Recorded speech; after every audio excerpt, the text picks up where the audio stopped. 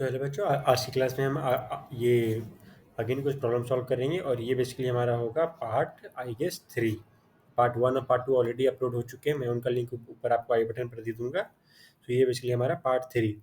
सो देखिए, इस पार्ट 3 में बेसिकली हमारे पास पहला क्वेश्चन क्या है कि floor of a building consist of a 3000 tiles. तो बेसिकली बोला गया है कि हमारे पास बेसिकली कोई बिल्डिंग है। लेट्स से हमारे पास यहाँ कोई बिल्डिंग है। This is some building. अच्छा, कोई हाई राइज बिल्डिंग है और उसका बोला गया है कि इस पर एक फ्लोर है। लेट से यहाँ पे इसका कोई फ्लोर है, यहाँ पर ये वाला जो फ्लोर है इसका, इस वाले फ्लोर पर बोला गया है कि 3000 टाइलें बिछी हुई है। अच्छा, 3000 टाइलें बिछी हैं जो रोम्बस शेप के हैं और हर उसका डायगोनल का नाप है 45 सेंटीमीटर 30 सेंटीमीटर। तो find the total cost of polishing the floor if cost per metre square is 4 rupees. तो देखो यहाँ पे, अगर मैं यहाँ पर इस फ्लोर में से अगर मैं एक टाइल निकाल लूँ तो वो टाइल मुझे कुछ इस फॉर्म में दिखेगा, एक रोम्बस के फॉर्म में दिखेगा। चलो, एक रोम्बस इस तरह से, जिसके अब मैंने आपको क्या बोला था, रोम्बस क्या होता है? रोम्बस पैरेललोग्राम का एक स्पेशल केस होता है जिसमें सारे साइड्स बराबर होते हैं। अब बोला गया है कि इसकी एक डायगोनल की लेंथ कितनी दी हुई है 45 सेंटीमीटर, दूसरे की दी गई है 30 सेंटीमीटर। अच्छा, बताया गया है कि है देखो, अब इस तरह ऐसे ही ना आपके पास 3000 टाइलें हैं। अच्छा, 3000 टाइलें। तो अब ये बताइए कि कितना हमारे पास होगा cost of polishing the floor, अगर अगर 1 मीटर स्क्वायर का हमें 4 रुपया दिया हुआ है। अब देखो यहाँ पॉलिश करना है, तो पॉलिश हो तुम ये, अब देखो यहाँ समझो, पॉलिश करना, पॉलिश क्या हम हमेशा सरफेस पे करते हैं। लें लेट से मेरे पास ये, जैसे कि मेरा मोबाइल फ़ोन है, मुझे मुझे स्क्रीन को साफ करना तो है, तो क्या मैं इसके एरिया पर ना वर्क कर रहा हूँगा। पर ये अगर मैं बोलूँ कि ना मुझे चारों तरफ सेलो टेप मार रहा है, तो क्या मैं फिर ये पेरीमीटर का कंसेप्ट यूज करूँगा। पर यहाँ क्या बोला गया, पॉलिश। पॉलिश मतलब क्या होता है, हम एरिया पे काम करेंगे।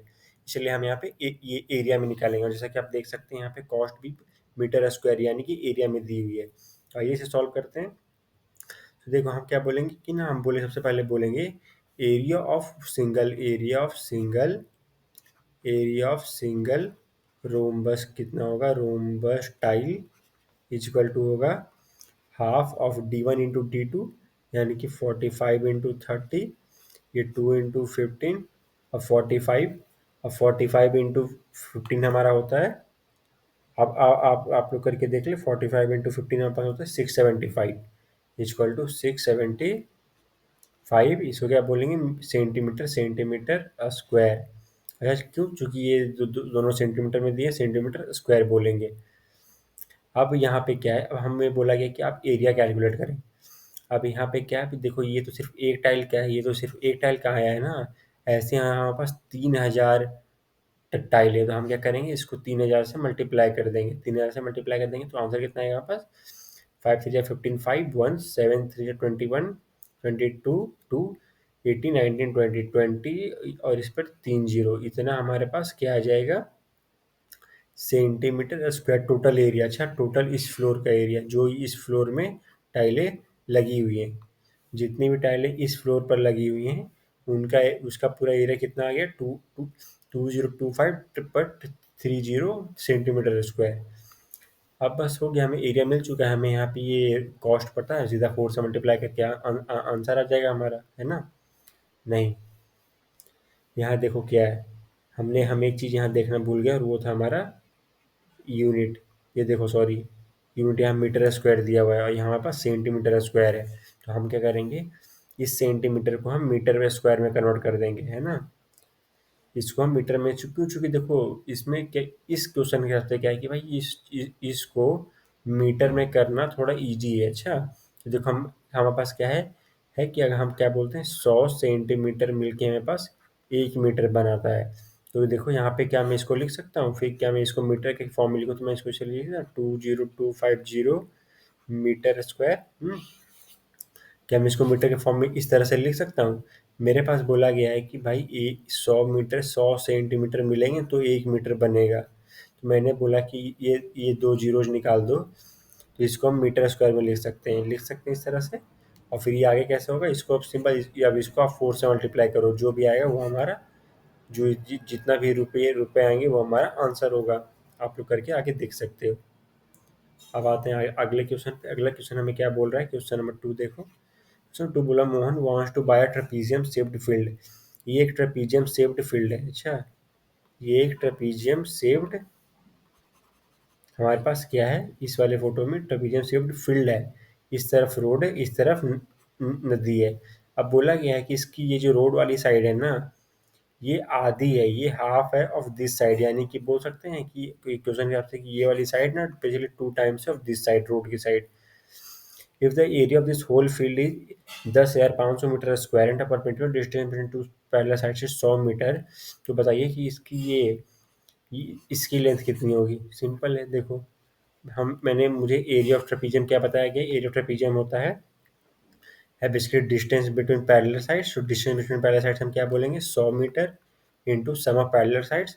अब मान लो मैंने इसको बोल दिया है कि अगर एक साइड इसकी एक्स है, दूसरी क्या होगी, 2x होगी, 2x/2, यानी कि 3x/2 इंटू 100 इक्वल टू कितना होगा, 10,500 मीटर स्क्वायर। देखो यहाँ पे 100 मीटर दिया, इसलिए यहाँ पे मीटर में ठीक ठीक हमारा बैठ रहा है। ये दो जीरो कट जाएंगे, और कुछ छटेगा यहाँ पास, और कुछ छटेगा, 3×3 = 9, 3×5 = 15, और कुछ छटेगा, एक्चुअल टू क्या आ जाएगा यहाँ पास, 70 मीटर, यानी कि 70 मीटर लंबी हमारे पास रोड है। सॉरी, ये रोड की साइड है। तो रिवर की साइड हमारे पास कितनी है, 2 टाइम्स दी हुई है। तो एक्स में क्या करेंगे हम, टू टाइम्स मल्टीप्लाई कर देंगे, 2x लिख देंगे, यानी कि ये हो जाएगा 140 मीटर। ये हमारे पास आंसर आ गया। दूसरे से आप आ जाइए क्वेश्चन नंबर 3 में। क्वेश्चन नंबर 3 हमारे पास क्या बोल रहा है, तो top surface of raised platform is in the shape of a rectangular octagon. बोला गया है कि यहाँ हमारे पास एक ऑक्टागोन दिया हुआ है। अच्छा, ऑक्टागोन दिया हुआ है, जिसका आपको बेसिकली एरिया निकालना है। देखो यहाँ क्या क्या करा गया, और ऑब्वियसली अगेन यहाँ पे डिवीजन हम इसको एलिमेंट्री शेप्स में ब्रेक डाउन करेंगे। जैसे इसको ट्रेपीजियम में तोड़ दिया गया है, इतने एरिया को ट्रेपीजियम बोल दिया है, ये भी ट्रेपीजियम हो गया, ये हमारे पास रेक्टेंगल हो गया, है ना। ये हमारे पास ट्रेपीजियम है, ये भी हमारे पास ट्रेपीजियम है। अब एरिया ऑफ ट्रेपीजियम, अब एरिया ऑफ ट्रेपीजियम क्या बताया गया था मैंने, distance between parallel sides into, ये कितना होगा, 5 होगा, 5 + 11/2। मैंने 5 क्यों बोला, चूंकि देखो यहाँ पे क्या है, आपको यहाँ बोला गया है रेगुलर ऑक्टागोन है, तो अगर एक साइड की भी रेगुलर फिगर्स में क्या होता है, कोई एक भी अगर हमें पता है तो यानी कि सारे साइड उसके बराबर हो गए। तो 5 हमें दिया है, यानी कि हर तरफ इसके 5 हो गए, इसलिए मैंने इसको 5 बोला है।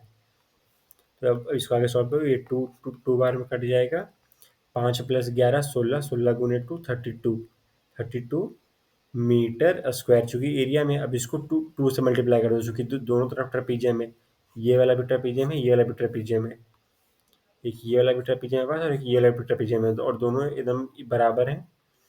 हम इसको फिर क्या बोलेंगे, 2×2 = 4, 3×2 = 6, 64 मीटर स्क्वायर। सिर्फ ट्रेपीजियम का, ये सिर्फ ट्रेपीजियम्स का। रेक्टेंगल का कितना होगा, रेक्टेंगल का हम क्या यहाँ पे कैलकुलेट करते हैं, रेक्टेंगल का होगा 11×5, यानी कि 55 मीटर स्क्वायर। 55 मीटर स्क्वायर में हमें क्या करना है, 55 मीटर स्क्वायर में हमें 64 ऐड कर देना है, तो ये 9 हो जाएगा, ये 11, इतना मीटर स्क्वायर हमारे पास बेसिकली आंसर आ गया। तो ये थे बेसिकली कुछ बहुत simple simple question related to solving area parallel. अगली क्लास में हम कुछ एक्स्ट्रा प्रॉब्लम सॉल्व करेंगे, कुछ स्पेशल टाइप के प्रॉब्लम्स। सो आज की क्लास में इतना ही बच्चों, हम मिलेंगे अगली क्लास में। Thank you.